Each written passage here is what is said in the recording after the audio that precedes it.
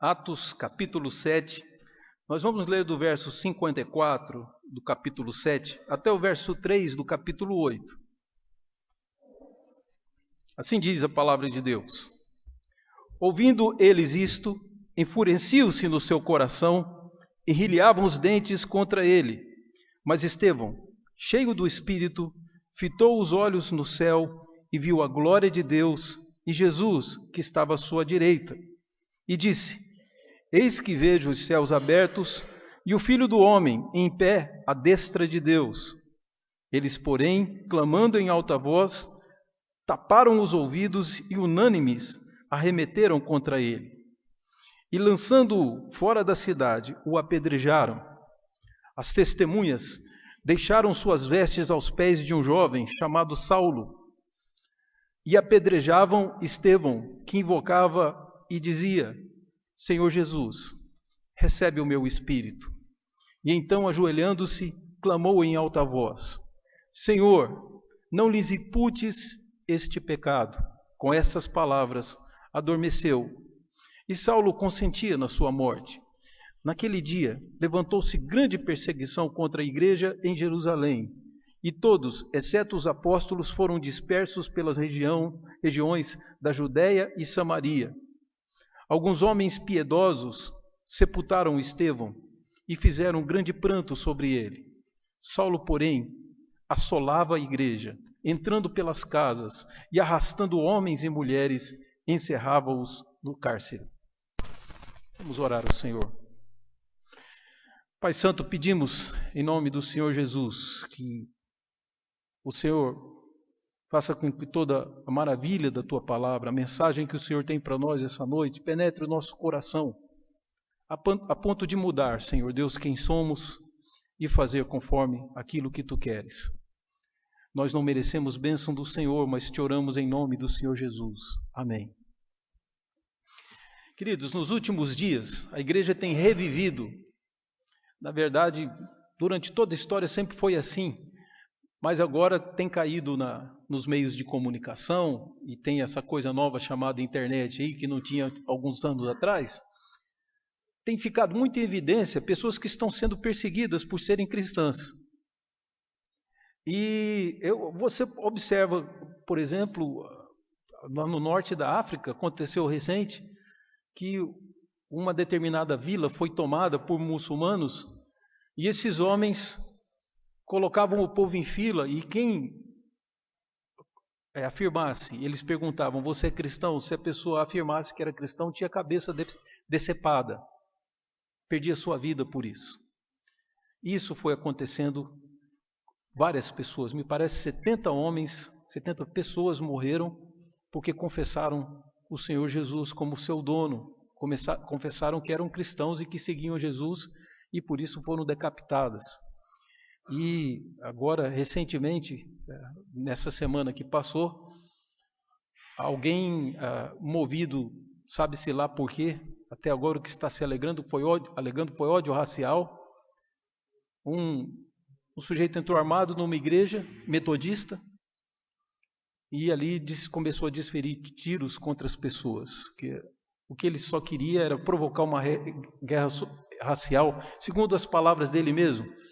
Mas o interessante é que o pastor que ministrava o estudo bíblico morreu, assassinado por esse homem por nada, porque a igreja estava aberta, a igreja não tem grande segurança e nós estamos realmente muito expostos.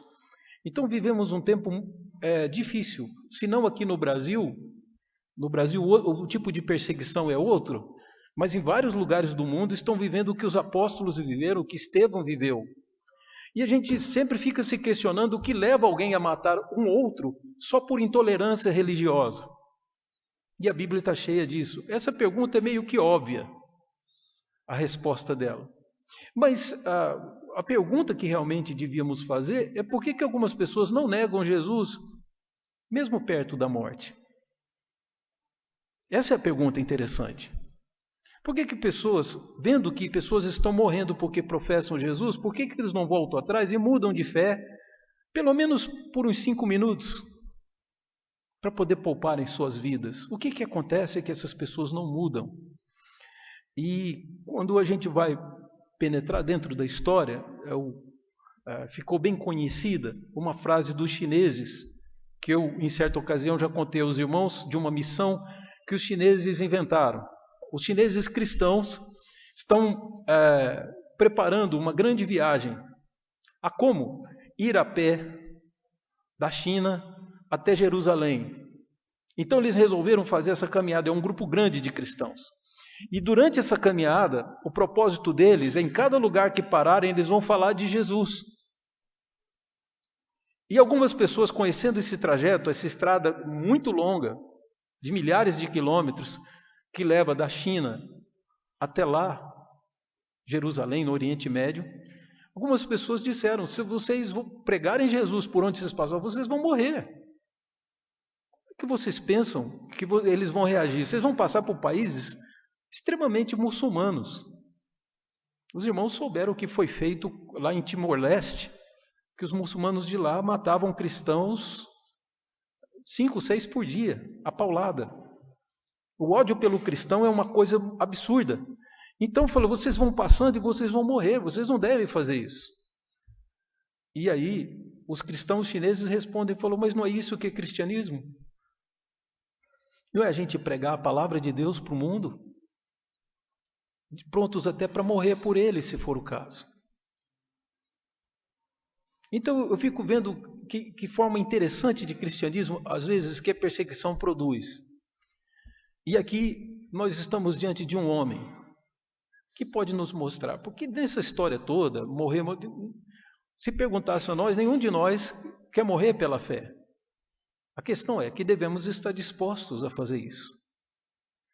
E como é que nós podemos nos transformar nesse tipo de crente que Deus quer? Que nem angústia, nem tribulação, nem fome, nem nudez, nem perseguição, perigo ou espada poderão nos separar do amor de Deus. É essa igreja que nós precisamos ser. Como é que nós chegamos a ela? Desse trecho eu quero que nós nos concentremos nas palavras de Estevão, que elas podem trazer para nós a receita de como ser essa igreja. Queira Deus que nunca precisemos confessar Jesus diante da espada para morrermos pelo nome dele. Mas se for preciso, o interesse da igreja tem que ser esse: agradar o seu Senhor. E aqui, nas 3 palavras, 3 expressões que Estevão faz, nos dão o conhecimento, ou nos dão talvez até uma receita, de que o que deve ocupar a nossa mente para que a gente consiga passar por esse período. Quero dizer para os irmãos que eu fui desafiado uma vez a responder uma coisa assim. Eu preguei no seminário. Quando terminou o culto do seminário, eu fui para a sala de aula, dar aula lá em Goiânia. E quando eu subi para dar aula, um aluno muito honesto, né, que não funcionava bem da cabeça não para mim, ele é uma pessoa assim, muito inteligente, mas muito excêntrico. Aí ele faz a pergunta: professor, o senhor falou lá de morrer por Cristo e tudo, quero saber, diga a verdade, o senhor morreria por Jesus? Que todo mundo fala isso, mas a gente tem que ser honesto. O senhor morreria por Jesus? E eu olhei para o aluno e dei a resposta mais sincera que eu pudesse. Eu falei: olha, esse é o meu propósito. Eu não posso te garantir que debaixo de tortura e perseguição, como que eu vou reagir? Eu espero que Deus me dê força naquele momento para passar por isso. Mas eu quero te dizer, essa é a disposição do meu coração. Se você quer uma garantia que eu vou fazer isso, aí eu não sei. Parece que ele se satisfez com a resposta, que ele não deixou o seminário, é pastor hoje, lá no interior de Goiás. Bom, queridos, e certamente sofrendo algum tipo de perseguição. O que nós devemos ver? O que é que nos faz um cristão a toda prova, que pode fazer com que nós sejamos? Bom, então a primeira coisa que eu quero colocar, que os irmãos, por favor, levem em conta, lembrem-se que Jesus está conosco. Porque a primeira frase de Estevão foi que ele disse para as pessoas que iam apedrejá-lo: estou vendo o céu aberto e Jesus ao lado direito de Deus. Eu vejo a glória de Deus e Jesus ao seu lado. Ele não viu Deus porque nenhum homem jamais viu a Deus. Mas ele viu Jesus, à destra da glória de Deus. Que talvez seja uma palavra para o resplendor, para uma luz Talvez seja isso. E Jesus do lado direito. Estevão disse isso quando os homens já estavam rangendo os dentes contra ele, porque um pouco antes, Estevão pregava o evangelho de Jesus e ele era só um diácono da igreja. Quero dizer para os irmãos que Estevão nunca viu Jesus, possivelmente, dificilmente esse homem viu Jesus, porque o nome dele é grego, Stéfanos. Então, ele é possivelmente daqueles que vieram prosélitos, porque ele conhecia muito de Bíblia. Então, ele era daqueles que adoravam, talvez na sua infância ou na sua família, havia uma adoração pelos deuses gregos, Apolo, Dionísio, etc., aqueles deuses todos. E ele converteu-se ao Deus de Israel, é uma possibilidade, e aí ele veio para a festa de Jerusalém, isso é praticamente uma certeza. E aí houve o sermão de Pentecostes, em que 3.000 pessoas foram batizadas, depois já eram 5.000, e aí houve um problema de distribuição na comida que era doada para aquelas pessoas que vinham de fora e que precisavam aprender sobre Jesus. E então elegeram-se diáconos. E 2 diáconos que se destacam são Estevão e Filipe. Filipe foi usado por Deus para ir pregando pelo interior, por vários lugares. Para Estevão coube a missão mais difícil. Ele começa a pregar em Jerusalém, a evangelizar judeus. E ninguém podia sobrepor a esse homem do seu conhecimento de Bíblia. Mesmo sendo um homem de origem grega, esse homem conhecia as Escrituras e conhecia o Senhor Jesus. Nunca o viu, mas ele converteu-se verdadeiramente ao Senhor Jesus. Como você também nunca viu, como esses que morreram no norte da África não conheciam, nunca viram o rosto de Jesus verdadeiramente. E aí o que acontece? Estevão começa a pregar. Pegam Estevão e levam para o Sinédrio. Ficou pior ainda. Porque pensavam que pela intimidação e pelo argumento das grandes mentes de Israel, que estavam lá no Sinédrio, pelos conhecedores das Escrituras, aquele homem de origem helênica, aquele homem de origem grega, ele ia ser calado. E o sermão de Estevão, a defesa de Estevão é um sermão maravilhoso, em que ele cita as Escrituras e ele põe todo mundo no bolso. Ninguém podia sobrepor com palavras, no debate, ninguém podia vencer Estevão. E no final ele diz, mas vocês, até quando vocês vão resistir ao Espírito Santo? Vocês são homens com a coluna dura, é a palavra que quer dizer dura cerviz, vocês não se dobram a nada, vão resistir até quando ao Espírito Santo, que está mostrando para vocês que Jesus é o Senhor. E por isso eles rangeram os dentes e pegaram Estevão para apedrejá-lo. E foram apedrejar Estevão. E o levaram para fora e pegaram em pedra por causa da blasfêmia, sem um julgamento formal. Aquele homem ia morrer.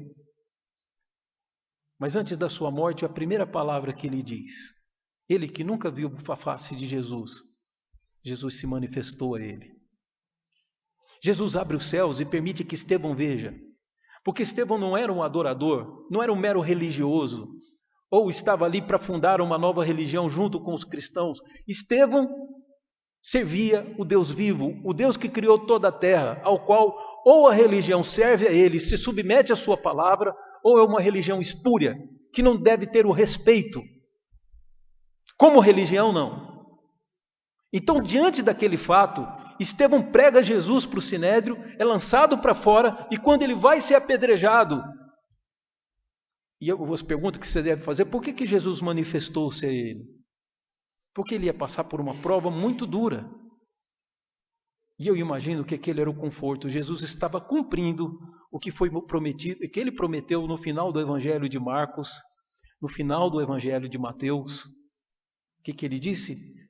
E eis que estou convosco todos os dias. Então, para ser um cristão, isso é importantíssimo. Um cristão do jeito que Deus quer. Um cristão a toda prova. A primeira coisa, lembre-se que o Senhor está com você. Você não precisa ter medo de nada. Não é isso que o Salmo 23, que a gente gosta tanto, diz? O que diz o Salmo 23?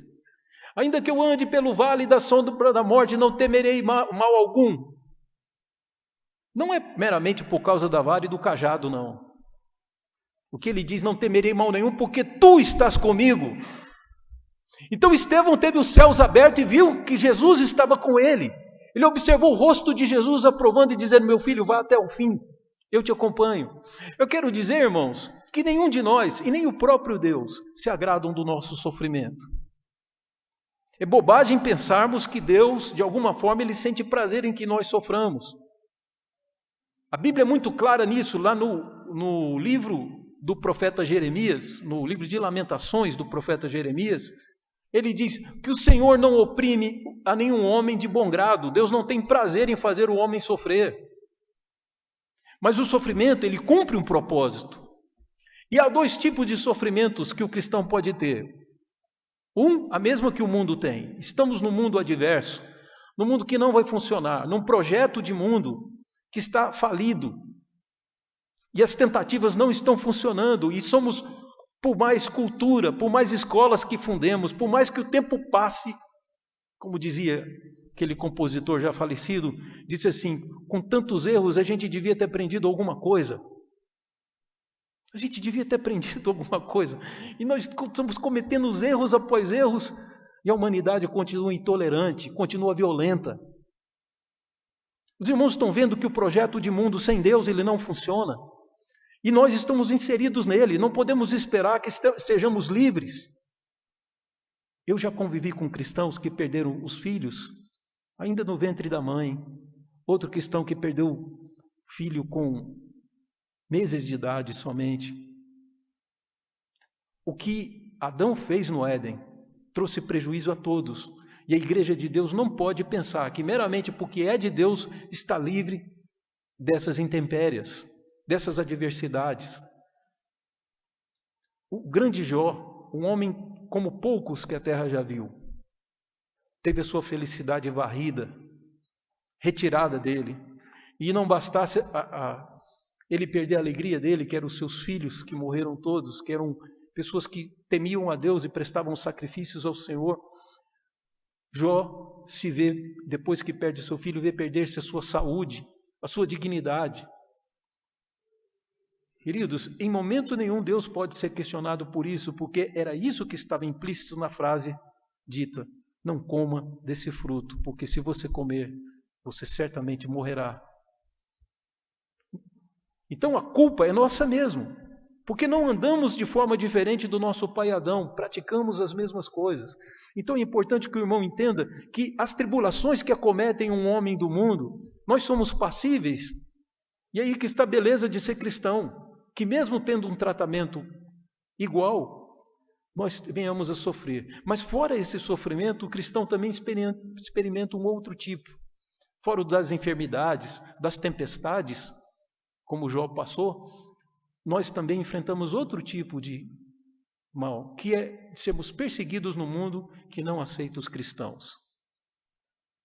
Jesus deixou claro isso na parábola dos lavradores, em que ele diz que um homem construiu toda a sebe, preparou cerca, torre e tudo, quando estava tudo plantado, tudo direitinho, trouxe uns homens só para protegerem e para poder colher aqueles frutos. Mas eles disseram: isso tudo aqui é nosso. E cada enviado que era mandado era morto, apedrejado, e por fim mataram o filho do dono. Quando Jesus nos conta a história, para mostrar que o próprio povo de Deus perseguiu os profetas. Então é interessante notar nessa história que, além da perseguição que sofremos por sermos humanos, ainda sofremos de dores e provações, ainda podemos passar por outro tipo de sofrimento, que é por sermos fiéis a Deus. Estevão estava falando das Escrituras dentro do Sinédrio, e mesmo assim os homens não podiam tolerar.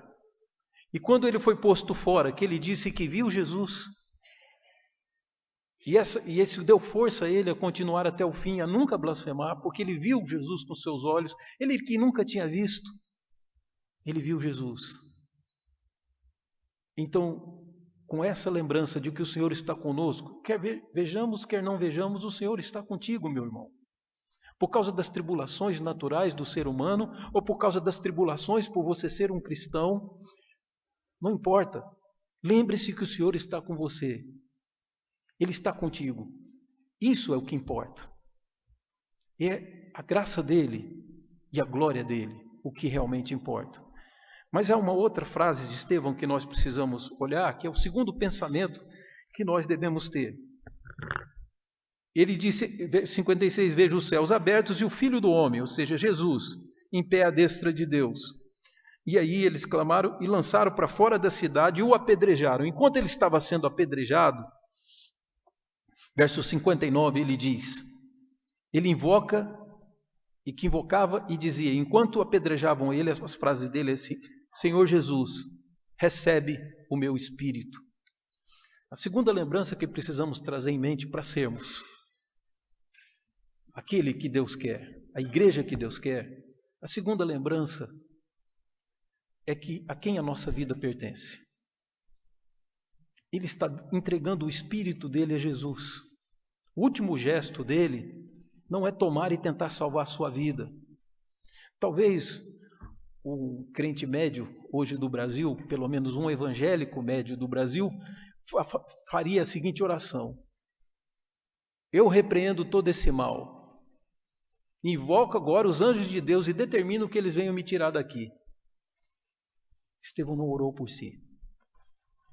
Ele entregou seu espírito a Jesus. A vida dele não lhe pertencia. Então, não havia ali o interesse de salvar a sua própria vida, mas de que Deus fosse glorificado. Ele percebeu que os homens não permitiriam que ele saísse com vida. Ninguém voltaria atrás. Então a oração dele foi, primeiro, ele percebeu e disse que Jesus estava com ele. Segundo, ele disse, Senhor, recebe o meu espírito, porque a nossa vida pertence a Jesus. Ele viveu, possivelmente um jovem, ele viveu alguns anos ao lado do Senhor Jesus, ou talvez alguns meses ao lado do Senhor Jesus, e agora ele estava entregando o seu espírito para que Deus o recebesse. O problema é que nós tomamos posse do nosso espírito, da nossa vida, e determinamos como queremos viver. E achamos que Deus tem que se submeter e tem que fazer uma história da nossa vida conforme nós queremos. E é verdade que as últimas teologias não têm ajudado muito a nós. Elas não nos ajudam. O que elas fazem, na verdade, nos atrapalham porque vão tirando diante das nossas perspectivas de que estamos vivendo para a glória de Deus. A nossa vida está oculta com Cristo. Existe uma outra vida que está sendo guardada. Entregue seu espírito a Ele. Pare de dominar sua própria existência, determinar sua própria história. Ela vai ser mais bonita e vai ser muito mais feliz ao lado do Senhor. Do que adianta reter o seu espírito? Eu fico pensando naqueles que não se convertem porque querem aproveitar a vida. Que vida eles estão aproveitando? O que eles vão levar dela? Os que não se entregam a Jesus porque precisam ganhar dinheiro. Que dinheiro é esse que você vai levar? Como é que você vai conseguir carregar para depois? Então, lembre-se que Jesus está ao seu lado e entregue a Ele o seu espírito, a sua vida. Estevão disse, Senhor, receba. Ele não precisava de ninguém para encomendar. Ele mesmo, o diácono Estevão, entregou. Mas e o que é mais curioso, querido? Outra coisa que você deve, para você passar pela provação da vida e ser aprovado, ser alguém que agradou a Deus e que alegrou a Deus com sua vida, a terceira coisa que você tem que se lembrar: ame até o último minuto. As poucas frases que restaram para Estevão falar, ou para se defender, ou para exigir que Deus o livrasse, Estevão usou para pedir pelos seus inimigos. Quando ele já estava morrendo, disse, ele caiu de joelho, já talvez dobrado pela força das pedradas que ele levava. Ele cai de joelhos e a sua palavra é, Senhor, não lhes impute esse pecado. No português mais claro, Senhor, não contabilize, não leve em conta, não anota esse pecado no livro deles, apaga. Porque Estevão sabia a gravidade do que aquele sinédrio, do que aquelas pessoas, aqueles judeus comuns estavam cometendo. Estavam apedrejando o mensageiro de Deus. Ainda que fosse Estevão, isso era gravíssimo. O próprio Jesus apareceu para ele, logo ele não era um homem comum. Então Estevão estava morrendo apedrejado por aqueles homens. E eu quero lembrar os irmãos que aqui fala que Saulo que é uma forma grega de falar o nome Saul. O grego gostava de pôr uma terminação para mostrar que era masculino, né? Então, Saul virou Saulus.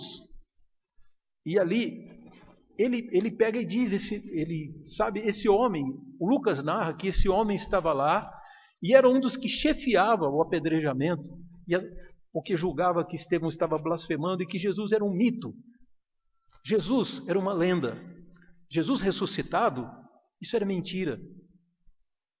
Jesus foi morto e crucificado. Paulo acreditava nisso, mas não acreditava que ele tinha ressuscitado e que ele fosse o Messias. Por isso que futuramente ele seria chamado de Paulo, mas na verdade deve ser um apelido de infância dele, e ele trazia o apelido e o nome. Talvez algum latino, fazendo uma brincadeira que ele tinha cidadania romana, disse a Paulo que a palavra Paulo no latim significa pequeno. Então fizeram um trocadilho com o nome dele. E daí alguns acharam que Paulo era um homem baixinho, né? Mas a Bíblia não fala a respeito disso, mas a palavra Paulo significa assim pequeno. E aí quando ele se torna cristão, esse homem abre mão do seu nome de rei, que os seus pais lhe deram, que ele era da tribo de Benjamim, e Saul era um rei que vinha da tribo de Benjamim, não da tribo de Judá. Dali lembrava o nome de rei. Ele abre mão do nome de rei e assume o apelido de infância, que devia caminhar com ele durante toda a história, o apelido de Paulo. Ele escreve assim nas suas cartas. Mas esse homem está presente, está entre aqueles que odeiam. E dali ele sai animado por isso, para perseguir pessoas, lançar na cadeia, prender gente, torturar, para que blasfemassem contra o nome de Jesus, para prestar um serviço a Deus, julgava ele. Mas Estevão está orando por aqueles homens. E diz: Senhor, não leve em conta esse pecado, não contabilize. Então eu não tenho dúvida que a conversão de Paulo é porque Deus não levou em conta o grave pecado do apedrejamento de um dos servos seus mais fiéis. Então o que acontece é que esse Estevão, com tão pouco tempo caminhando como igreja, tem a sua vida, né, a sua existência amputada. Ele não tem tempo de pregar mais o Evangelho. É a última vez que ele vai. Mas nem ali ele perdeu o amor pelas pessoas que ele pregava. Quando ele acusava de pecado o Sinédrio, os judeus, era para que eles se arrependessem, para que eles se dobrassem diante de Jesus e fossem salvos. E agora ele é apedrejado, ele mantém ainda esse amor e diz: Senhor, não lhes impute esse pecado. E eu me lembro que esse homem que nunca tinha visto antes o rosto de Jesus, fez exatamente como Jesus fez. Quando os judeus blasfemavam, cuspiam, batiam nele, humilhavam, Jesus disse: Pai, perdoa, porque eles não sabem o que fazem. Não foi isso que Jesus fez? E agora tem um cristão tão novo, com tão pouco tempo de cristianismo, sendo apedrejado. E as suas últimas palavras? Alguém poderia dizer até que ele desperdiçou suas últimas palavras pedindo por aquele povo que o odiava, que rangia os dentes, porque a ira deles é porque eles não podiam sobrepor ao cristianismo e a doutrina e o conhecimento bíblico que Estevão trazia. É curioso, querido, que a palavra Stéphanos significa coroa. A palavra Stéphanos é uma palavra masculina para se referir à coroa, aquele adorno que o rei traz sobre a cabeça para mostrar que ele é rei. E o apóstolo Paulo, escrevendo a Timóteo, diz que ele falou assim: combati o bom combate, guardei a fé, e desde agora está me preparada a coroa da vida. Ele usa uma outra palavra grega para falar sobre a coroa. Mas é interessante ele fazer uso disso, uma outra palavra para coroa, talvez para não ser tão óbvio. Mas com certeza ele ia encontrar Estevão. Estevão foi um homem, queridos, apedrejado por Paulo. E quando ele orou a Deus, pedindo que Deus não lhe imputasse aqueles pecados, ele estava livrando Paulo de ter que responder diante do trono de Deus pelo pecado de ter apedrejado esse homem. Paulo, quando descobriu que Jesus estava vivo, que ele falou com Jesus no caminho de Damasco, e é por isso, querido, que eu estou tranquilo quanto à minha fé. Mesmo que meus olhos nunca viram Jesus, eu tenho a certeza absoluta que isso não é uma religião. Isso não é mais uma doutrina ou crença pregada ao mundo. Há alguém comigo, sempre. Estevão tinha essa consciência. E Paulo, quando descobre que Jesus não é uma religião, que Jesus não é uma crença, não é uma lenda inventada, não é um mito, porque Jesus fala com ele no caminho de Damasco. Esse homem fica tão triste de saber quanta gente ele perseguiu, quanto mal ele fez em nome de Deus, contra o próprio Deus, que ele fica 4 dias sem comer. Não é um jejum, não pense que foi um jejum. Ele perdeu a vontade de comer. Ele estava pensando, inclusive, se valia a pena continuar vivendo, cometendo um erro tão grande contra o Deus que ele dizia amar tanto. E enquanto ele passava por esse problema, Deus tira um homem que vai a contragosto falar com Saulo. Vai Ananias, explica para Paulo o que ele precisava saber e batiza Paulo. E esse se torna um dos maiores pregadores. Ele fez, mas ou fez o mesmo que Estevão teria feito se tivesse continuado vivo. Então, olha só como Estevão deu fruto até nas últimas palavras, queridos. Quais seriam as suas últimas palavras? Você se vingaria de alguém? O que você diria? Eu sei das últimas palavras de Estevão. E por isso eu digo, são 3 coisas que nós temos que lembrar para sermos um crente padrão. Para sermos aquilo que Deus quer que sejamos. A primeira coisa que nós precisamos saber é que Jesus está conosco. Lembre-se disso. Ele vai estar conosco até o fim. Não foi ele o responsável por esse mundo se tornar toda essa degradação. Mas a igreja dele vai caminhar, perseguida, mas ele vai caminhar ao lado até o fim. A segunda que você precisa se lembrar é que a sua vida pertence a ele. Entregue toda a sua vida a ele. Se não é sua mais. E eu repito as palavras de Paulo, sabendo que ele estava prestes a morrer, a ser martirizado, ele escreve aos Filipenses dizendo: todavia, que me importa? O que me importa mesmo é que Jesus seja glorificado no meu corpo, quer pela vida, quer pela morte. Se a vida não é sua mais, querido, o que você quer reter, quer segurar, quer preservar? E a terceira palavra de Estevão nos leva ao terceiro lembrete. Ame até o fim. Se ele fraquejasse, se ele suplicasse para não ser apedrejado e blasfemasse contra Jesus para evitar ser morto, ele seria uma vergonha para a igreja, uma vergonha para o mundo e mais. O próprio mundo não seria beneficiado com a história desse homem. Então, o que nós temos, queridos? O que precisamos olhar? Precisamos olhar, lembrar que esse amor do Senhor Jesus foi derramado por nós na cruz. E nessa bênção que o Senhor Jesus nos deu, agora é a nossa hora de derramar o nosso amor pelos outros.